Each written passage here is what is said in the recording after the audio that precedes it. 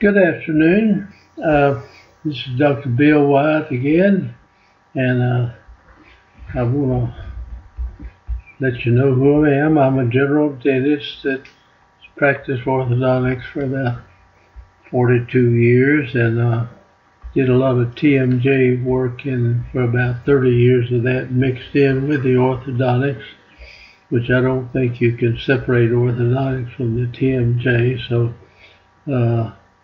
anyway, I'm going to talk to you some about a really odd case here that had on a nice young lady who was had a problem, I mean a real problem, in a terrible Class 2 Division 2 case with a deep bite, and it had a fairly good solution. Now normally I tell people, take care of the TMJ problem prior to going in and doing the orthodontics. But in this case, it was a little bit different. So let me go in here and show you. This was the lower arch, which is not necessary to see. It's crowded and got a deep bite. But here's the real pretty young lady who is bad Class 2, but still is pretty. And anyways, the vertical height is good and everything. The face is nice. Her chin just drops way back, and her upper front teeth tilt in worse than any. I don't know, I've seen some real bad ones in my lifetime, but these go back at a tremendous angle, and they hold the jaw back, and she's got a terrific TMJ problem. Her jaw is locked back in behind, and so let me show you. You can see how the chin is way back. Now her chin doesn't want to be there. It would rather be out something like this, you know, where she looked pretty normal, you know, if she was out something like that. But the pain and the problem getting her settled in on a splint would be a problem to do that, to get rid of the pain and irritation here. So, excuse me. Here's her models. You can see it much better from there. Got a little almost crossbite back here, but not he did, but absolutely Class 2. This point should be back here, and this one here. This molar ought to be back there with this one out in front. This cuspid, I've got a red dot on it, and it ought to be over the blue dot right here. So that means this jaw needs to be somewhere about like that. Now you've got to find out where somebody wants to put their jaw before you do this. So that was the problem. If I took her jaw where it wants to be, she would have to have her lower front teeth out in front of these upper centrals like that, and that would be a real problem. And her pain was not too terribly bad, and I talked to her and her mother, and her mother brought her in and said, could you stand the pain just a few weeks or a month or so, and let me try to move these teeth out of the way, and that will let your jaw come forward, and I can start putting downward pressure on your lower anterior teeth, you know, and work on you for just a little bit and see if we can get this out, or then I can move your jaw out with a splint where your jaw wants to be. Your jaw wanted to be out here somewhere, just about where this would get to. And so the solution to this ended up being very easy, though it's a complicated, involved thing. I mean, you can hardly see her teeth. I'll show you this from the inside the mouth in a minute. The other side of the mouth is just as Class 2, except this is a crossbite right there, and we'll correct all of that coming in here. So anyway, this is where this is the lower teeth coming across here, and here's the upper teeth, and you can see, so the lower teeth are coming way up underneath here somewhere, like that.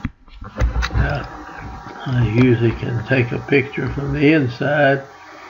Now this is the lower teeth after we got her straightened out. They were easy to straighten out. Now here are the upper teeth. Now this, you can see the upper teeth are back here, the upper laterals are out here, you know.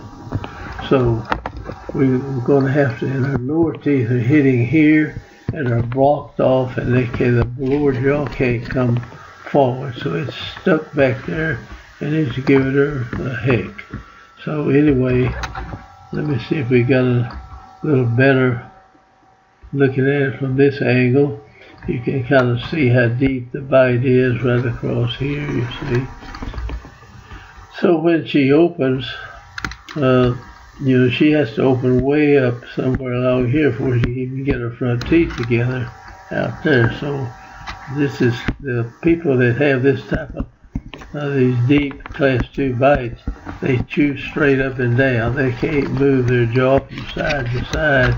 It just doesn't work when teeth are like this down here. So anyway, we talked her into just letting us work on her, but we sold her the splint and all that, what we'd have to do and everything. I said, let's make the splint later after we move these teeth out of the way right here. So we went in and decided to do that. Well, when here she closes together, see the lower anterior teeth were hitting right back up here. They look pretty good in here. I don't know whether they look like those I had out there a while ago or not. Okay, so we're going to start doing this.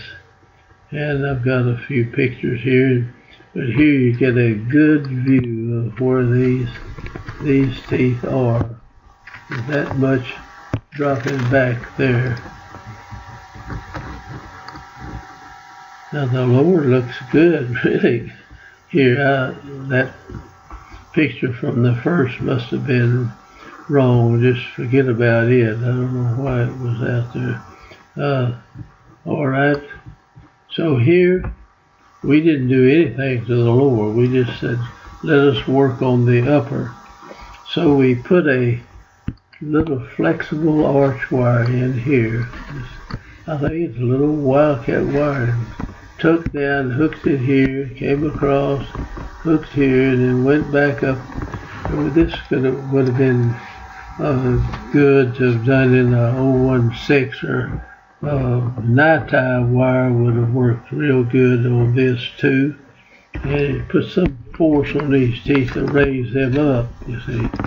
And then we came off with our intruding wire, and it comes out, you know, where you're going to have a loop on the wire coming out of the molar and coming down and like this. And now we take this wire and goes up this way and comes over to the other side, has another one of these deals, and you pull that down, you tighten this deal here up. You fix it where you tighten the deal. So you pull it down, you tighten it up so it wants to loosen back up again and pick these teeth up. So this wire right here was one of the things that really made this work. And so now we pull this wire down, hook it in the cuspids, and also bring it down here, and we've got it tied on with some elastic chain to the central teeth right in here. Now watch what happens. This was when we hooked this thing up, it was the December the 28th, 1987, right here. That's just almost the last days of December that was put on there. All right, and we're going to come back and looking at it from the front. You see this elastic chain hooked on this, hooked on here, and I used to kid with some of the people in the audience. I say we put this omega in here because it makes an electric current, and that current affects the cells in here and makes these teeth go up. And just joking with them and everything. Now some people would believe you. Actually, we made the darn wire too long, so we came in here and put that in there to shorten it some. That was why we put that omega in the center of that. You don't have to have that. Now as we go, this is December the 28th, 1987, and there it is tied in closer. So this wire right here has a lot of effect. The little flexible wire would never be able to pick these teeth up like I wanted to. So this is going to expand and pick them up and torque the dickens out of these front teeth right here. No, wait a minute. Alright, this is the December the 28th. I wanted you to make sure you remembered that. And we're going to come back here and show you how fast that moves without drilling holes in it and cutting the bone all to pieces and all that kind of jazz. That may work, and it may be fast as all get out, but I don't think I'd want anybody cutting my bone in between the teeth to move my teeth. I'd rather wait a few months and go a little slower, personally. But then there are people that want to do that, and so that's okay. If they do good orthodontics, I'll pass on that. Alright, now let's see. Here it is, March the 15th. Alright, that's January, February, and half of March. In other words, that's 2.5 months later. These teeth are straight across here. Now, the pain that the young lady was having with the TMJ problem had gone away virtually, but we had to locate the jaw exactly where it wanted to chew, so we put the splint in anyway and straightened it up. But that's one of the few that we did the TMJ stuff after we started straightening the teeth out. Okay. Okay, that's a kind of a foggy looking picture. Now, we don't have it solid back into in other words, this part of this tooth ought to be out somewhere along in here, you know, like that. And this deal here ought to be headed in there. This cuspid ought to be in that spot right there. So we've still got a lot of work to do in this one. Alright, the midline's off, but we'll slide this side here further forward and it'll come back on, and we'll separate this one down equal. Now it's gone up that far, and now we've freed the jaw up and it stopped hurting, but it still wants to come further forward in here. So let's see, we put stuff on the bottom, but then I went in and put a splint in there and brought the thing out almost edge to edge where it's comfortable, where she really wants the jaw to be. And then we're going to level this all out and get it going. And we wore splint for a few months, and now these two dots are jam up together. The arch form and all that can have some improvement. Now the intruding wire, pull it down, picking these teeth up in the front, cock this tooth back, you see, and you open up space in between here, a little space in some of these other areas. That's because you're pulling down on the wire up here and it's prizing this molar back.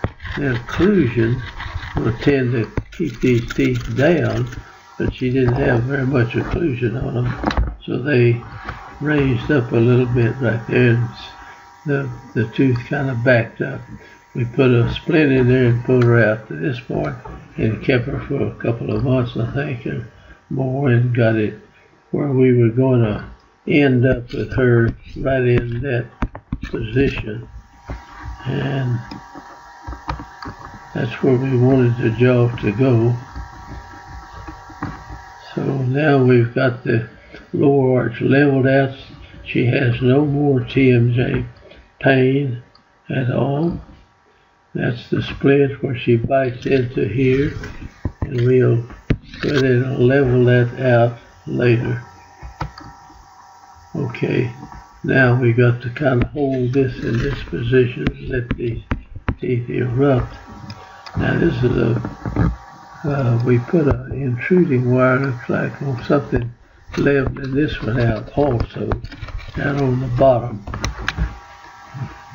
Now this is a beautiful young lady, and she fell in love with some old boy that her mother didn't like too much, and they were having trouble, and so the girl married the boy anyway, and the mother was really disappointed and everything. And so the young man had a job down in Florida, one of the northern Florida cities, and she was moving down there, and she was right in the middle of this. Now, we had really done everything it had to be done and got her comfortable on that and had everything left. But she was going to this town in Florida, and I checked over where some of my dentists that had all of our courses and knew what we did and everything. And there was one right close to there, and I sent her to him, and he picked up the case and finished it out. You see, this is an intruding wire down here. Just pulling this down, you see. We got this lined up pretty well. Maybe we have a little reverse curve in the arch wire, but not a whole lot. And that is 1988. And we had her in good shape when she left for Florida. And that's the end of it, and she took off to Florida, and I contacted this young dentist there that he had a bunch of our courses and was an excellent student, and I didn't mind sending her to him at all, and she did a good, I'm sure he did a good job. I didn't follow it, and I've not seen anything on her since then. So anyway, if I can find my little deal here, we'll stop this one. Thank you for watching, and hope you get along good with this. But that is one way to deal with that. And teeth move like mad. So hopefully it'll help you some. Thank you. Bye-bye.